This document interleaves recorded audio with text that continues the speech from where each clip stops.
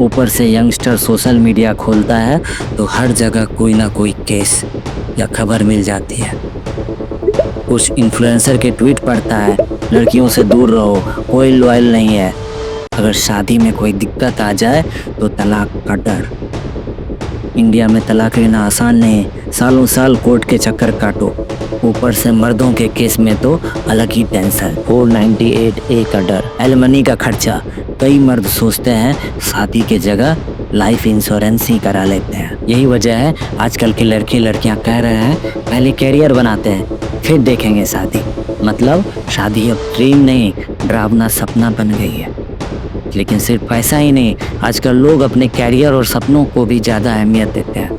मतलब शादी और बच्चे बाद में, पहले घूमना फिरना, स्टार्टअप खोलना जरूरी मानने लगे। लेकिन भाई अगर तूने लाइफ में कुछ उखाड़ के बैठा है ना, तो कोई इंसान छोड़ के जाता है ना, तो तुम पता है उसको क्या बोलोगे?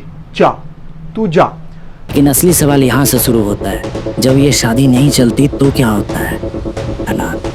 फिर यहीं से शुरू होती है नई मुसीबत। कोर्ट, पुलिस और लॉयर्स की लंबी लड़ाई। एक केस, कई साल और लाखों रुपए खर्च। कई बार फर्जी केस लग जाते हैं, दहेज, डोमेस्टिक वायलेंस या हरासमेंट, और पूरा परिवार सालों तक बदनामी झेलता है। कुछ मामले में तो सजा इतनी भारी होती है कि पति की आधी से ज़्यादा कमाई मेंटेनेंस और सेटलमेंट में चली जाती है।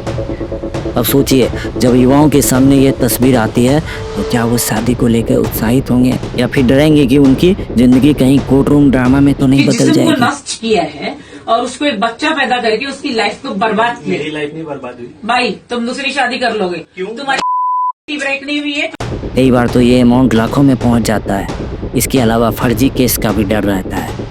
NCRB के हिसाब से पिछले 2 साल में दहेज मामलों में 25% का इजाफा हुआ है और इनमें से लगभग 10% केस झूठे या गढ़े हुए निकलते हैं। ऐसे में कई लड़के और उनकी फैमिली सालों तक कोर्ट कचहरी और जेल की मार झेलते रहते हैं। एक केस में तो लड़के की मां, जो स्कूल में टीचर थी, उन्हें नौकरी से निकाल दिया गया और पेंशन भी नहीं मिली।